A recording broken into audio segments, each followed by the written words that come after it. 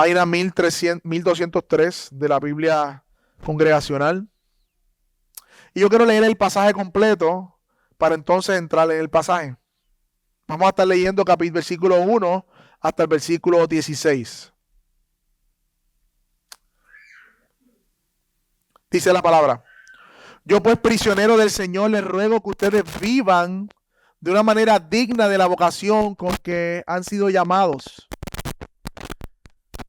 que vivan con toda humildad y mansedumbre, con paciencia, soportándose unos a otros en amor, esforzándose por preservar la unidad del espíritu en el vínculo de la paz.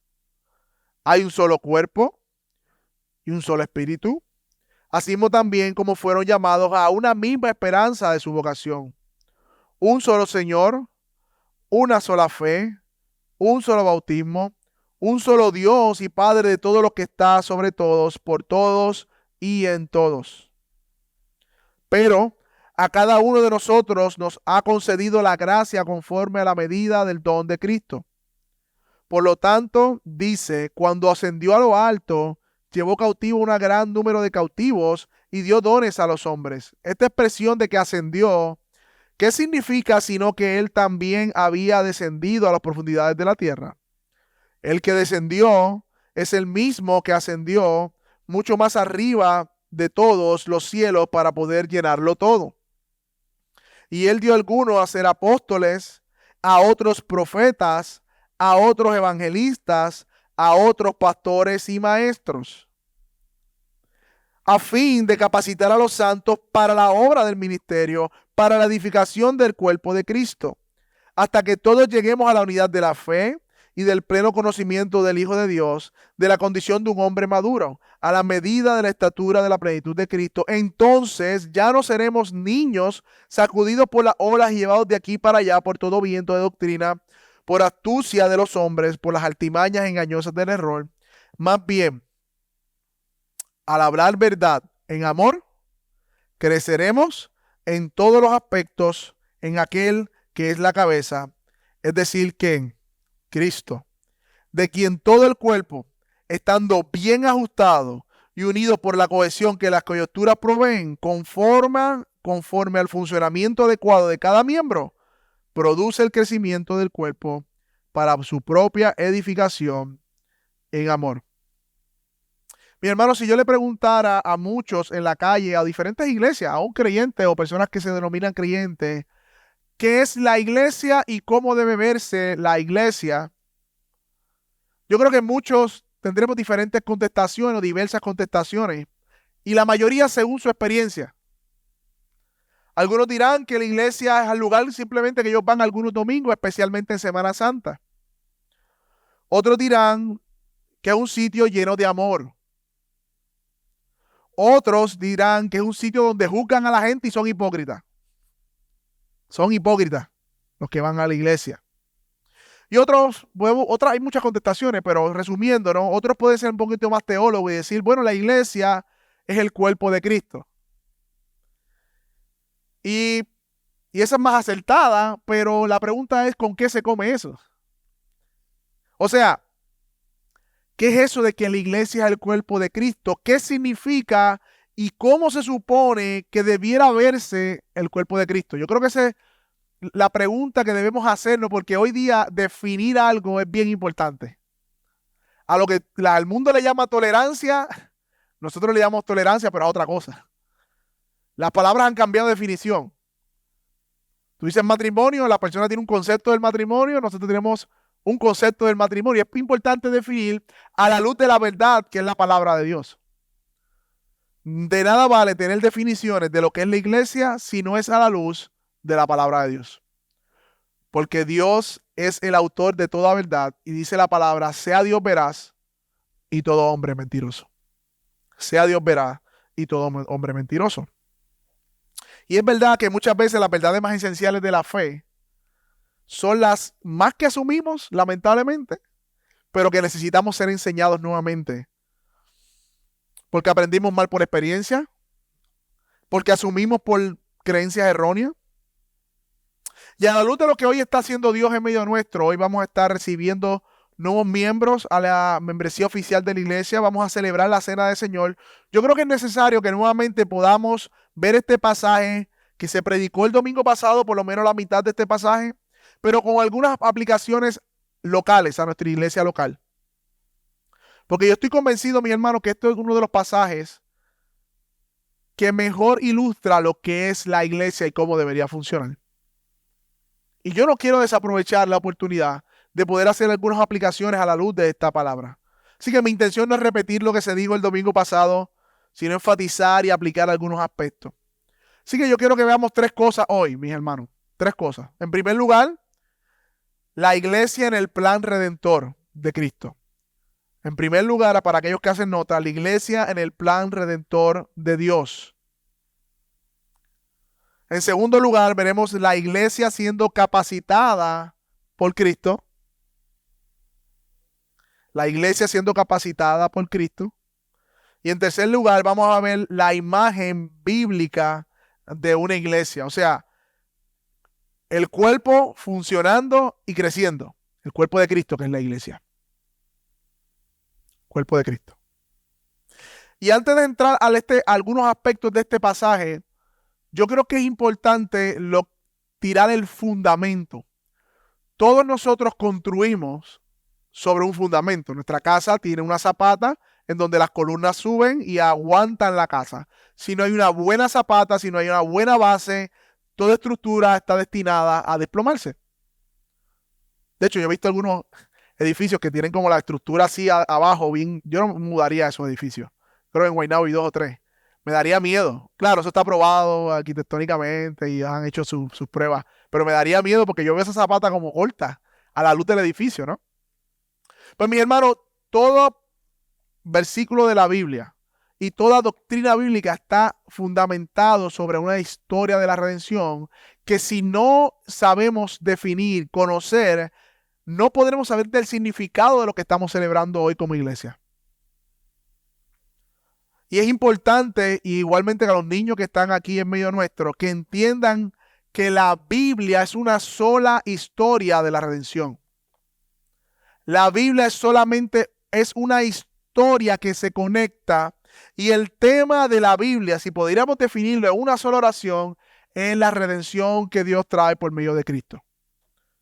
La redención que Dios trae por medio de Cristo. Así que la Biblia se trata de manera sencilla para aquellos también que nos visitan, de cómo Dios salva a su pueblo por medio de la obra de redención de Cristo, y ese es el tema central de la Biblia. Ese es el tema central de la Biblia. O sea, y vamos a ir de alguna manera a esta primera parte tirando el fundamento sobre el cual vamos a entender el aspecto de lo que estamos celebrando hoy como iglesia. Mis hermanos, cuando Dios crea al hombre en el huerto del Edén, lo pone allí, este hombre disfrutaba plenamente, completamente de la presencia de Dios, de los beneficios de Dios. No había pecado, no, el hombre no estaba separado de Dios, el hombre estaba gozando plenamente de la comunión y los beneficios de Dios. Pero en Génesis 3 vemos que el pecado, cuando entra, ¿qué sucede? Separa al Dios del hombre. ¿Por qué? Porque Dios es santo y es justo y no puede coexistir con el pecado. No tiene comunión con el pecado. El hombre es separado de Dios, y todos los seres humanos a partir de Adán, mis hermanos, nacen en pecado. Adán pecó, dice en Romanos, y ese pecado pasó ¿a qué? A todos los hombres. Pero el plan de Dios es el mismo, tener comunión con el hombre. Ese es el plan de Dios, desde el Antiguo al Nuevo Testamento. De hecho, cuando termina Apocalipsis, ustedes ven que aparece la imagen de un árbol igualmente, pero ven a Dios y al hombre disfrutando de plena comunión. Dice que no habrá necesidad de templo ni de sol, porque Él será el sol y Él habitará con ellos, no habrá pecado. El mismo Edén que vemos al comienzo, esa comunión de Dios con el hombre, es el plan de Dios para todos sus hijos en Apocalipsis.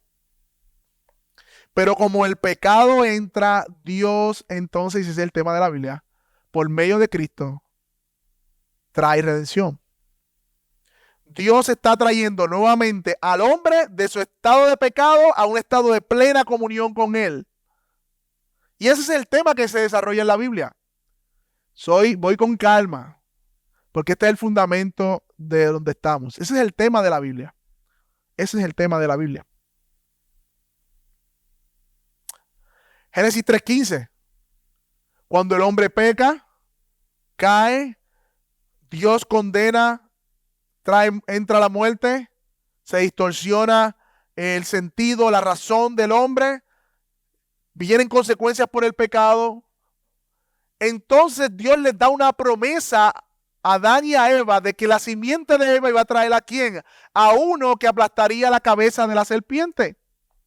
Aunque esta serpiente herirá en el calcañar, en el talón, a este que Dios traería y le aplastaría la cabeza. Y todo lo que hay en la Biblia, a partir de Génesis 3:15, apunta a eso. Quitamos la promesa de que Dios iba a traer a Cristo, podemos cerrar la Biblia porque no hay nada que buscar en la Biblia, mis hermanos. Historia, pero ese no es el propósito de la Biblia, sino mostrarnos cómo Dios cumple su promesa de que traería a un hombre nacido de mujer que aplastaría la cabeza de la serpiente y volviera a redimir al hombre al estado donde Dios lo creó. Y se encargaría, como decir de una manera, del pecado de manera correcta. Porque la paga del pecado es muerte y alguien tenía que morir. Y ese Jesús prometido, el que Dios promete a Eva, que traería. Ahora bien, esta promesa no comenzó en Génesis 3:15, sino que Pedro dice que desde antes de la fundación del mundo, ya Cristo estaba preparado como un cordero. ¿Están viendo, mis hermanos, cómo la historia de la redención se va? Nosotros en el tiempo, ¿verdad? Es difícil palparlo, pero Dios es eterno y desde la eternidad pasada dice que Él preparó a Cristo como un cordero. Y la imagen del cordero, tenemos que preguntarnos por qué como un cordero. Y es que el cordero representaba un animal que se ofrecía en sustitución por los pecados del hombre para que muriera. Así que, miren esto, mi hermano. Alguien debía pagar. Dios promete a su propio hijo como ofrenda por el pecado. O sea, que Cristo iba a ser sacrificado por los pecados de todos a los que iba a salvar. Y esto incluye a todos los que el Padre eligió desde antes de la fundación del mundo. Y dentro de esos elegidos, mis hermanos, está su pueblo y por lo tanto está su iglesia. De nuevo, estoy tratando de establecer el fundamento de la historia de la redención para que nos veamos en esa historia de la redención. Dentro de esos elegidos de antes de la fundación del mundo, vemos claramente que en el Nuevo Testamento, según Tito, él eligió a su pueblo y lo se purificó, un pueblo propio para sí, hablando también de la iglesia. Y eso somos tú y yo. Así que nuestra historia no comienza cuando nos convertimos al Señor. Nuestra historia en la mente de Dios comienza cuando nos eligió desde la fundación del mundo, antes de la fundación del mundo. Y cuando Dios promete a Adán y Eva que iba a traer ¿qué? A alguien que vendría de la mujer a aplastar la simiente, ahí estamos tú y yo también. Porque ese que vendría iba a ser el cordero por el sacrificio de nuestros pecados. ¿Están viendo, mis hermanos? Y esto es importante, mi hermano, porque no importa dónde tú te encuentres en la Biblia, cualquier pasaje, libro, profeta, salmista, patriarca, Abraham, Moisés, David, Salmo, Apocalipsis, no importa todas estas historias y todo lo que aparece en la Biblia, no importa, mi hermano, en un punto esa historia tiene sentido porque es parte de la narración de la historia de la redención. Tiene sentido por eso.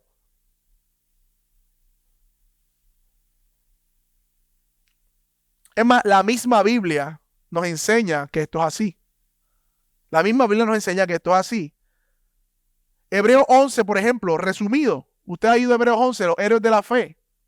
Y me encanta Hebreos 11. Le dije a mi esposa que estoy considerando hacer una serie solamente de Hebreos 11 para irnos a los patriarcas, irnos allá por cada uno y ver la fe de ellos. Nada, eso, oren por eso, mi hermano. Pero el punto es, Hebreos 11 para mí es un resumen histórico del Antiguo Testamento desde la perspectiva del Evangelio. El autor de Hebreos mira a los patriarcas, mira al pasado, mira a Moisés y a la luz del Evangelio de conocer que Cristo era el Hijo de Dios que vendría, reinterpreta o interpreta el verdadero sentido del Antiguo Testamento. ¿Y sabes qué dice básicamente allí? Que cada uno de los patriarcas, los profetas y todos estos hombres murieron y no recibieron lo prometido, y eso prometido era la esperanza del Mesías. De hecho, hay un verso que me llama mucho la atención, si quieres búscalo, Hebreos 11, versículo 24, porque hablando de Moisés, mira lo que dice el escritor de Hebreo. Hablando de Moisés, dice que Moisés, hecho ya grande, rehusó llamarse hijo de hija del faraón, escogiendo a ser maltratado con el pueblo de Dios, que gozar de los deleites temporeros del pecado. Mira el versículo 26, Hebreos 11, 26. Teniendo por mayores las riquezas del vituperio de Cristo. Wow, Cristo no estaba ahí. Sí, pero la razón por la cual es científico con el pueblo hebreo fue por la promesa que le dio a Abraham de que vendría la simiente, un salvador. Y dice que él prefirió no disfrutar de los deleites temporeros, esperando en fe la promesa de que Dios traería a alguien que redimiría completamente al hombre. Y por eso dice el vituperio de Cristo, que los tesoros de los egipcios, porque tenía puesta la mirada ¿en qué? En el galardón. Y así mismo de Abraham y de cada uno de estos hombres de la fe. De hecho, si usted lee el último versículo del versículo 11, capítulo 11, vaya conmigo si quiere, capítulo 11.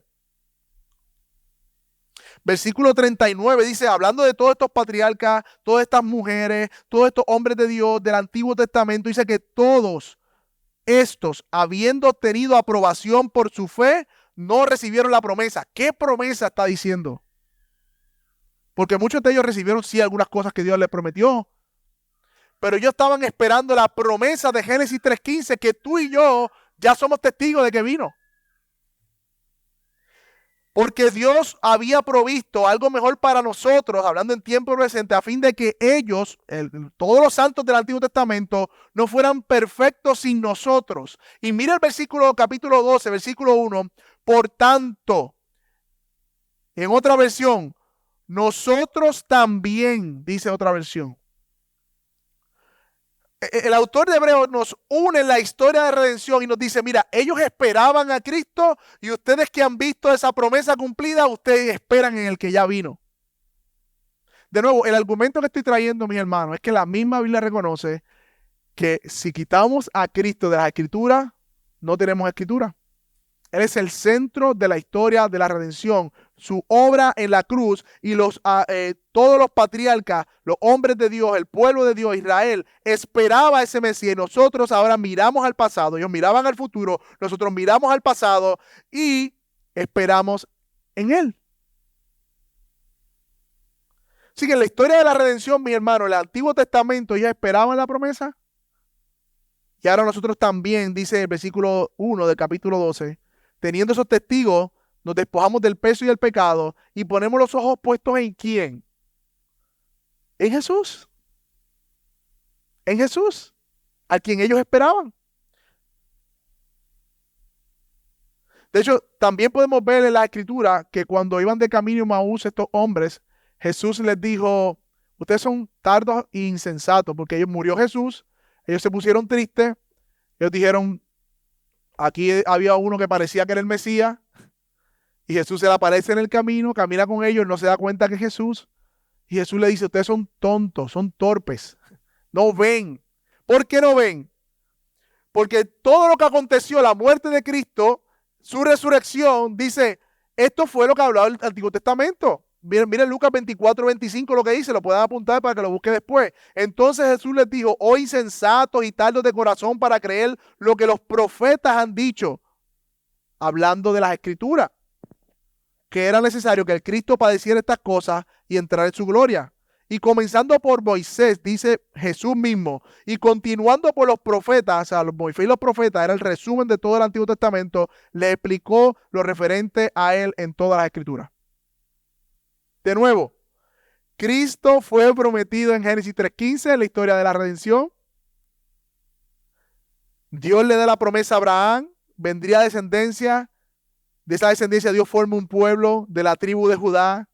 Este pueblo era el portador de la promesa, que era Israel.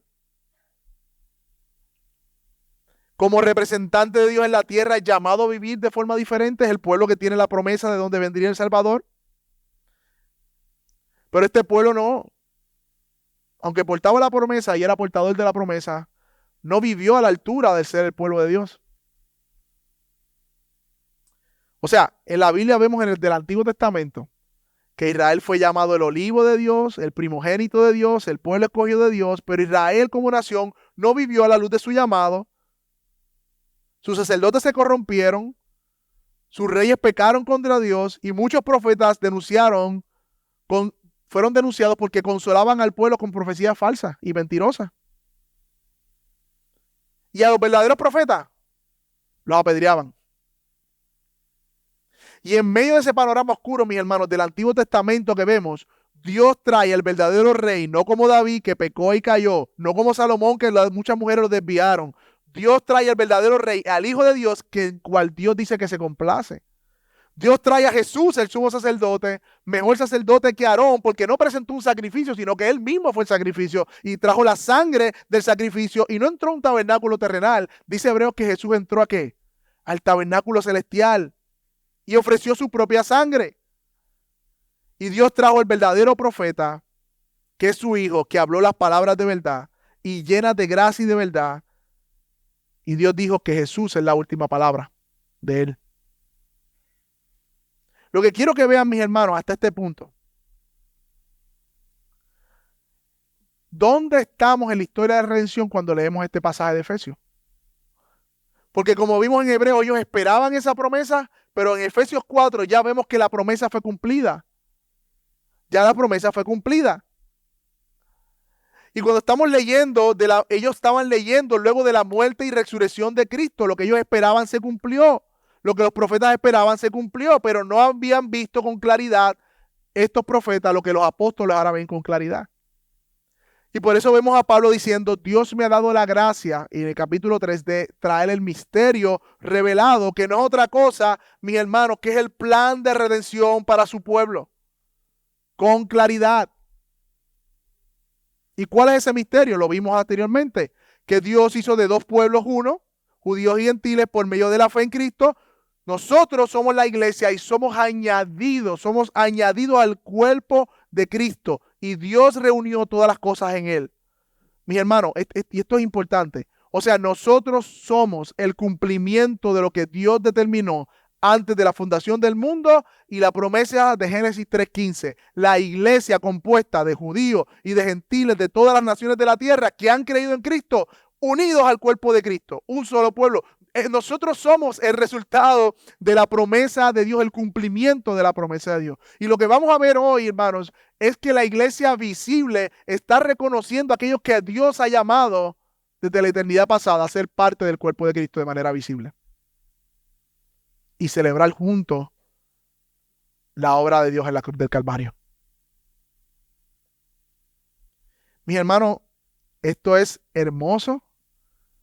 Esto es algo que debería asombrarnos, que debería llenarnos de alegría, de gozo de que Dios haya cumplido su promesa en Cristo de traer un redentor y salvarnos a cada uno de nosotros y añadirnos a su cuerpo, que es la iglesia. Y esto tiene implicaciones para los miembros de la Iglesia Bíblica Metro y aquellos que hoy se reconocen como miembros de manera visible. ¿Por qué tiene implicaciones, mis hermanos? Porque usted está siendo unido al cuerpo de Cristo de manera visible, de manera local. Y cada uno que se reconoce como miembro de una iglesia local está representando a Cristo en la tierra. Mi hermano, cuando nosotros hacemos esto de la membresía, esto de la disciplina eclesiástica, lo que estamos haciendo es lo siguiente, de manera falible, porque no somos perfectos en todo, pero con toda responsabilidad y fidelidad, lo que estamos haciendo es, reconocemos que la iglesia es el cuerpo de Cristo. Se identifica, cuando digo cuerpo, literalmente está unido a él.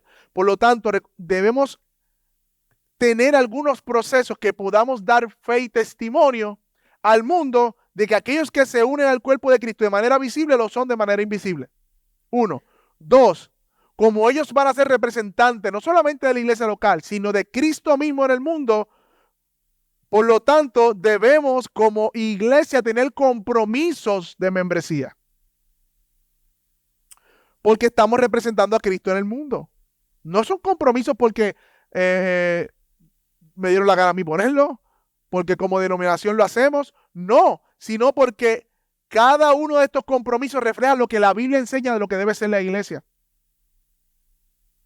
Y hoy se leerá el compromiso de membresía delante de todos, que no es otra cosa que lo que Dios ha mandado en su palabra, que cómo quiere que camine su iglesia. O sea que cada miembro individual representa la membresía completa de Metro. O sea, porque hermano, cuando sucede algún escándalo, no dicen Don Pedro, no.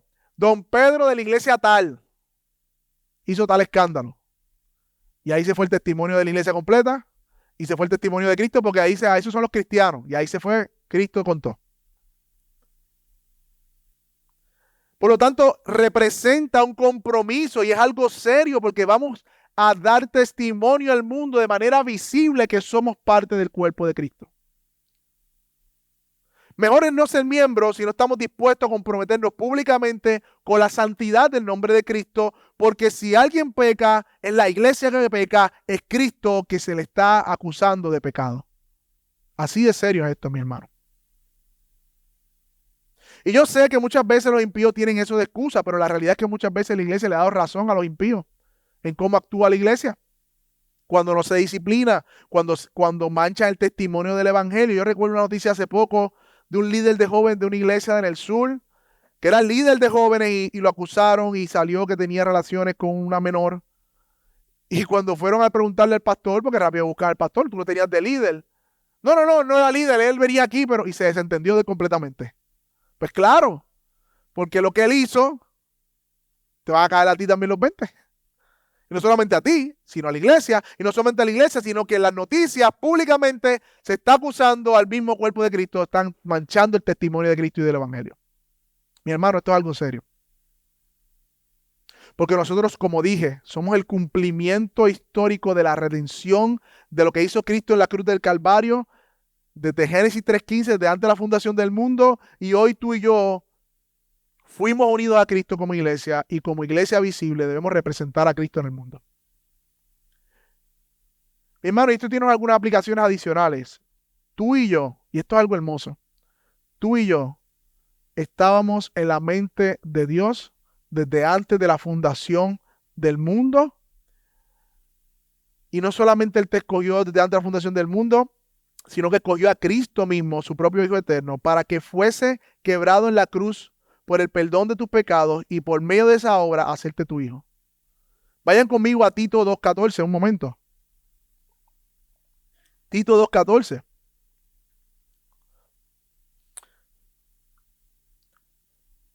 Tito 2:14.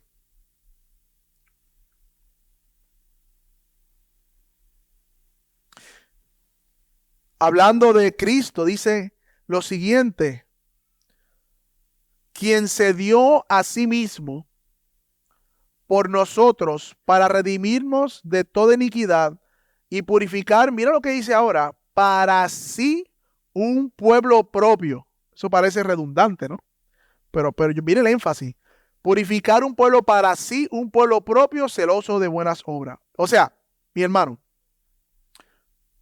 todos aquellos elegidos que hoy la iglesia reconoce como parte del cuerpo de Cristo son el pueblo amado de Dios, que Dios los redimió para sí, para ser un pueblo suyo propio. O sea, Dios ha puesto a esta persona en una relación de cercanía con Él. Tú y yo, hermanos, hemos sido amados de tal modo que Dios nos unió para Él mismo, y eso debería producir asombro y deleite, porque éramos hijos de ira, hijos de pecado. Y como cantábamos ahorita y les dije, no tomemos por sentado estas alabanzas. Cantar, hemos sido perdonados, redimidos, escogidos por su amor, mis hermanos, es el cántico más hermoso de los redimidos. Tú puedes ir a muchos conciertos y por ahí hay uno dando conciertos. Y bailar y gozar y cantar todas estas canciones. Ninguna canción tocará la fibra verdadera para lo cual fuiste creado si no es una alabanza que exalta el evangelio y lo que Dios hizo. Por otro lado, mi hermano, ese mismo pasaje de Tito 2:14 dice que Dios nos ha hecho su pueblo propio, pero también dice que nos ha redimido de toda iniquidad. ¿Lo vieron ahí?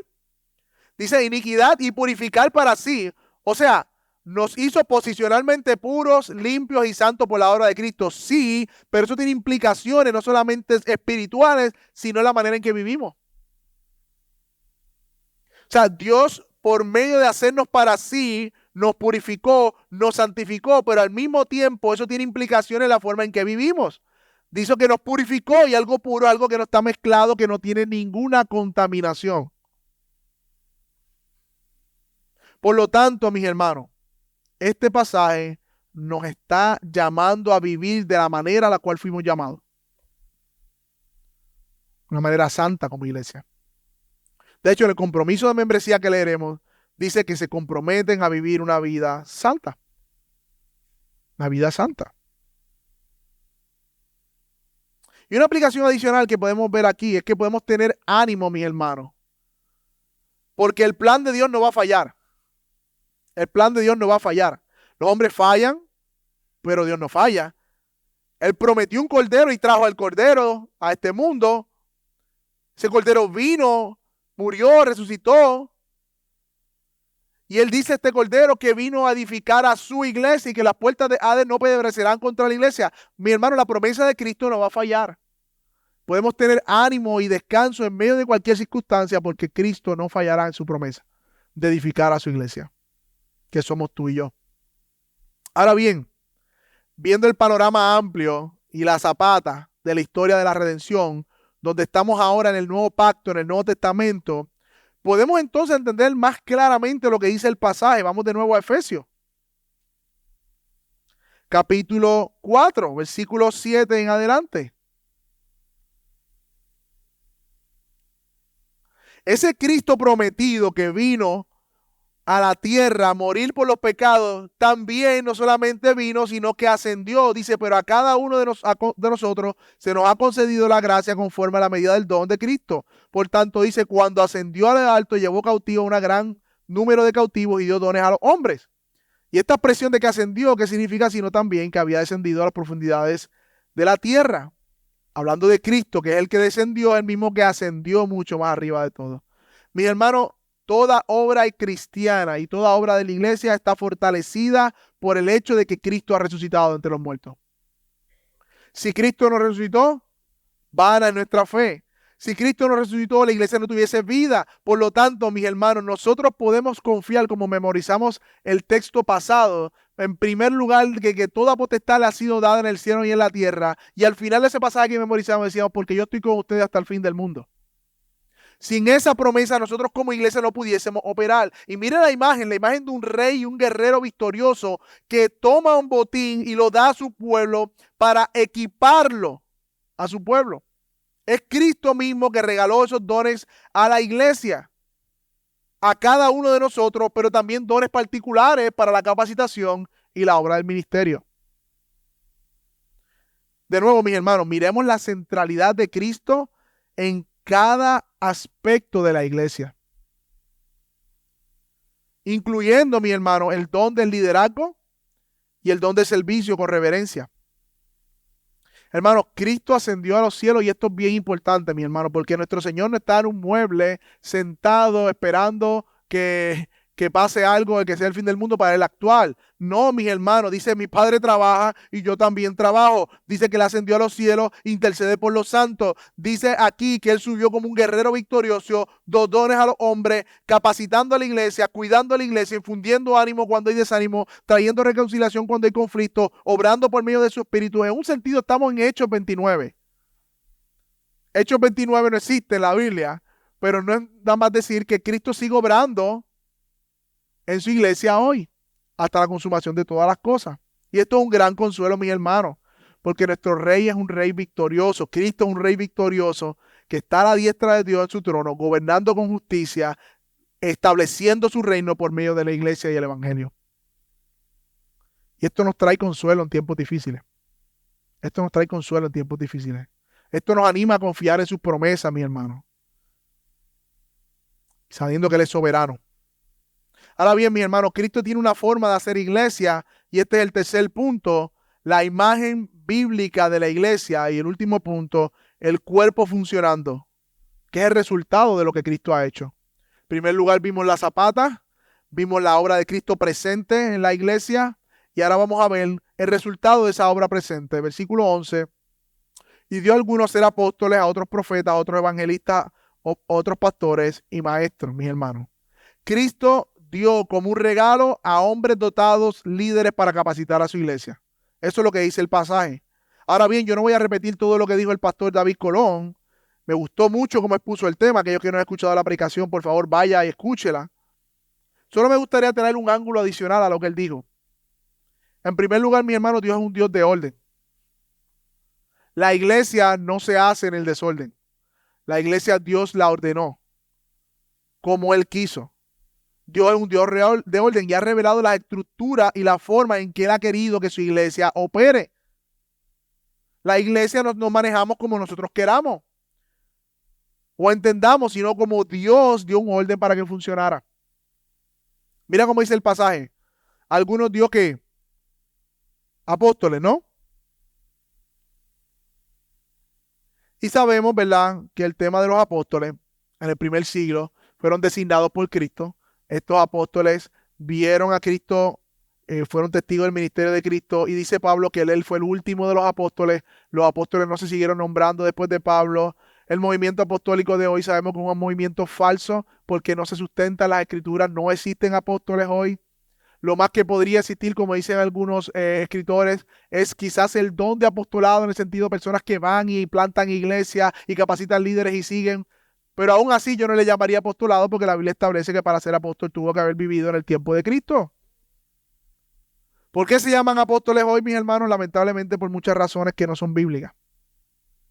Y es triste que personas se autodenominen apóstoles. Además, los apóstoles también estaban relacionados a la revelación. Nosotros tenemos y leemos el Nuevo Testamento y predicamos desde ahí, pero ellos no lo tenían. Eran los apóstoles que estaban escribiendo lo que tú y yo predicamos. Por lo tanto, mi hermano, los apóstoles tenían una autoridad que tú y yo no tenemos. Y por lo tanto no está vigente ese ministerio o ese don a la iglesia en el tiempo de hoy, pero en el tiempo de Pablo sí. Pero en el tiempo de Pablo sí. En segundo lugar, también dice los profetas, mi hermano. Y para no entrar en muchos detalles, igualmente, mi hermano, el ministerio profético, tanto en el Antiguo Testamento como en el Nuevo Testamento, está relacionado con revelación de Dios directamente. Por lo tanto, el profeta de Dios se paraba delante y decía, así dice el Señor. Y nuevamente, los profetas en el Nuevo Testamento, junto con los apóstoles, edificaban la iglesia porque no había revelación, como tú y yo teníamos, aparte del Antiguo Testamento, o tenemos.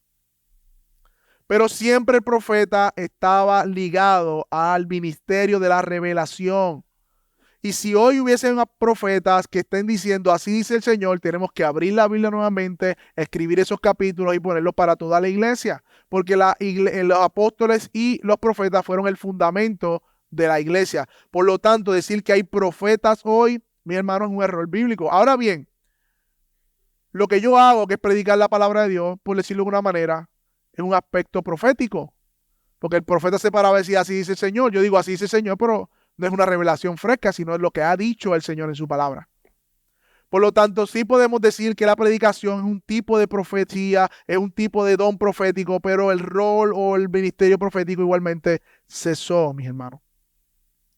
Ahora bien, los evangelistas, nuevamente del Nuevo Testamento, también había evangelistas, estaba Felipe, entre otros, Epafras, hombres igualmente que iban, edificaban iglesias, pero no solamente edificaban iglesias y predicaban el evangelio, sino que capacitaban a estas iglesias y luego salían y las dejaban en sus iglesias locales. Hoy sí existen todavía este tipo de dones a la iglesia, de hombres que van, y yo los veo más como los misioneros, van a lugares donde el evangelio no es conocido, predican el evangelio, establecen iglesias, hacen una obra y muchas veces salen o a veces mueren allí, dan su vida por el evangelio. Pero el que nos concierne hoy, en el tiempo que nos resta, mi hermano, es el rol de pastores y maestros, que es el rol o el ministerio o el don de Dios para la iglesia hoy, mis hermanos. Y esto es un don que Dios dio a la iglesia hoy, está vigente, al igual que los evangelistas. que son hombres que son pastores, maestros que enseñan y predican la palabra de la grey. Mi hermano, y quisiera hacer, por eso hacer unas aplicaciones prácticas para nosotros hoy. Hay un debate si está diciendo pastores y también ministerio de maestros. Hay un debate que dice no, es pastores y maestros, o sea que son juntos, es el pastor maestro. Y yo estoy convencido, mi hermano, que a través del Nuevo Testamento y también por la experiencia, que lo que está enseñando este pasaje, por la exégesis del pasaje, es que el rol del maestro está ligado al rol del pastor. En primer lugar, miremos el pasaje, dice en ese pasaje que dio a uno, el versículo 11, ¿verdad? A ser apóstoles, a otros profetas, a otros evangelistas, a otros pastores y maestros. Y en este caso quizás no lo vemos con claridad, pero en el griego lo que antecede pastores y maestros no está a otros maestros, sino que relaciona el ministerio o de pastor con el ministerio de la enseñanza. De manera gramatical no separa el pastor del maestro, sino que están juntos. En segundo lugar, ese es el primer argumento, la autoridad, mis hermanos. Cuando las escrituras dicen no permito a la mujer enseñar en la congregación, ¿es por qué? Porque no permito que se enseñoreo, que ejerza autoridad. Por lo tanto, la enseñanza tiene un aspecto de autoridad. La enseñanza tiene un aspecto de autoridad. Y los pastores ejercen autoridad primariamente por medio de la enseñanza. Siempre y cuando esta enseñanza venga de la escritura, porque nosotros no tenemos ninguna autoridad fuera de la escritura. Por lo tanto, el segundo argumento de que se refiere a pastor maestro es que la autoridad está ligada a la enseñanza. Tito 1:9, apúntelo por ahí, dice que la palabra fiel es esta, como ha sido enseñado, para que también pueda exhortar con sana doctrina y convencer a los que contradicen. Hay un ejercicio de autoridad que el pastor que está instalando Tito allí debe tener un don de enseñanza para exhortar y convencer. Exhortar y convencer. Hebreos 13:17. Obedeced a vuestros pastores, sujétense a ellos porque velan por vuestras almas como quienes han de dar cuenta. Y háganlo con alegría y no quejándose.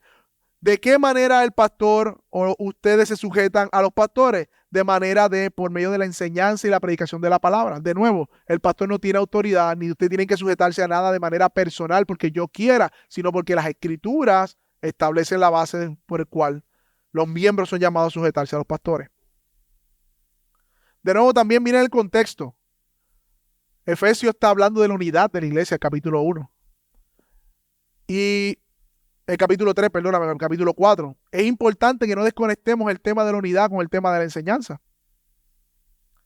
Por lo tanto, si tú lo miras en el contexto más amplio, parece llamar a que estos pastores maestros son un solo ministerio y no separado, porque al tener pastores y maestros puede llamar a no tener esa unidad que está llamando el cuerpo aquí, a una sola fe, un solo bautismo, un solo Dios, etc.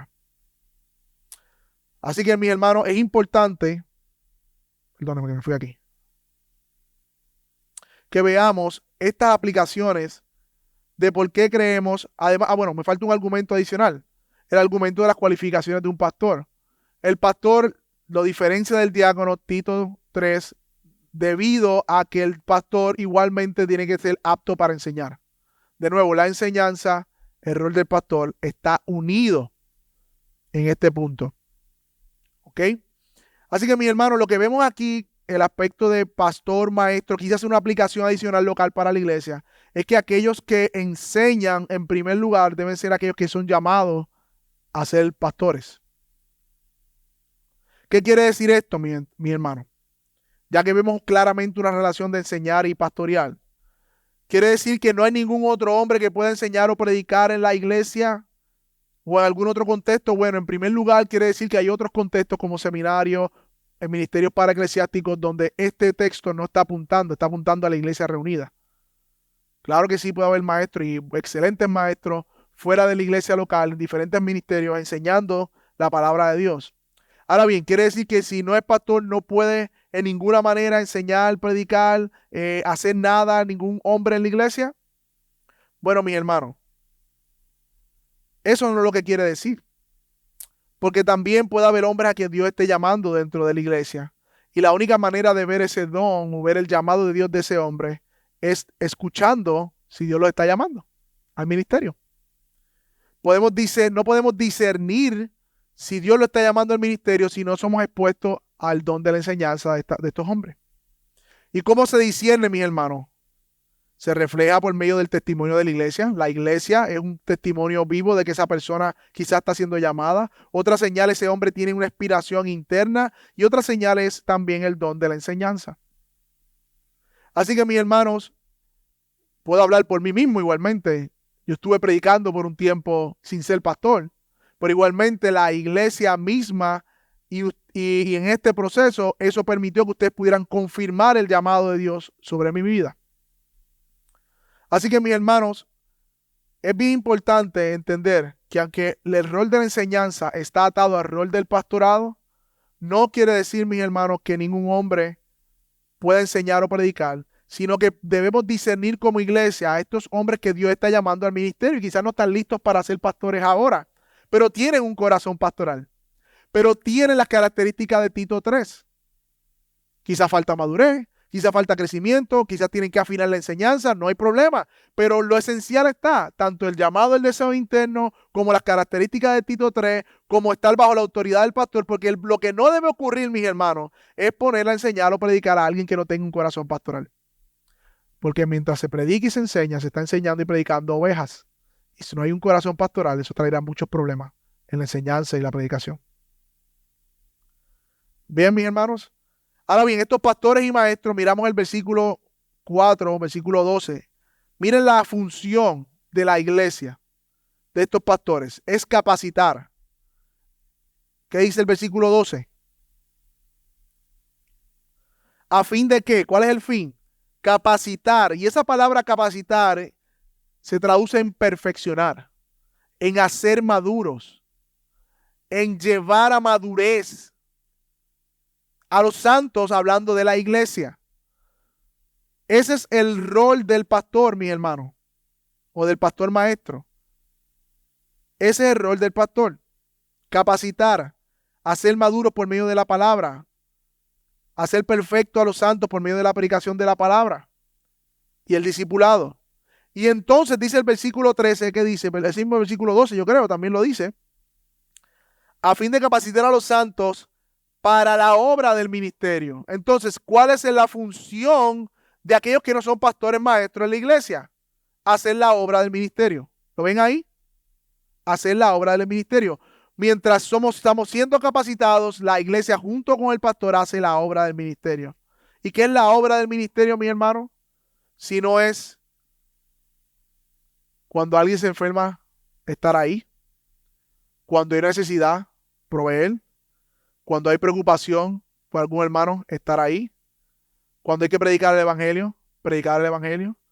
La obra del ministerio es todo lo que Dios nos ha llamado a hacer como iglesia, que lamentablemente la iglesia apunta solamente a que el pastor lo haga. Hay muchos pastores que se quejan que su iglesia no hace nada. Bueno, el punto es que si el pastor se enfoca en capacitar a la iglesia va a hacer el resto. Mi hermano, cuando alguien se enferma y le visita a algún hermano de la iglesia, le visitó a la iglesia. Hay personas que dicen, no, si el pastor no va o el pastor no me visitó. Pero para eso el pastor capacita a la iglesia, para que vaya.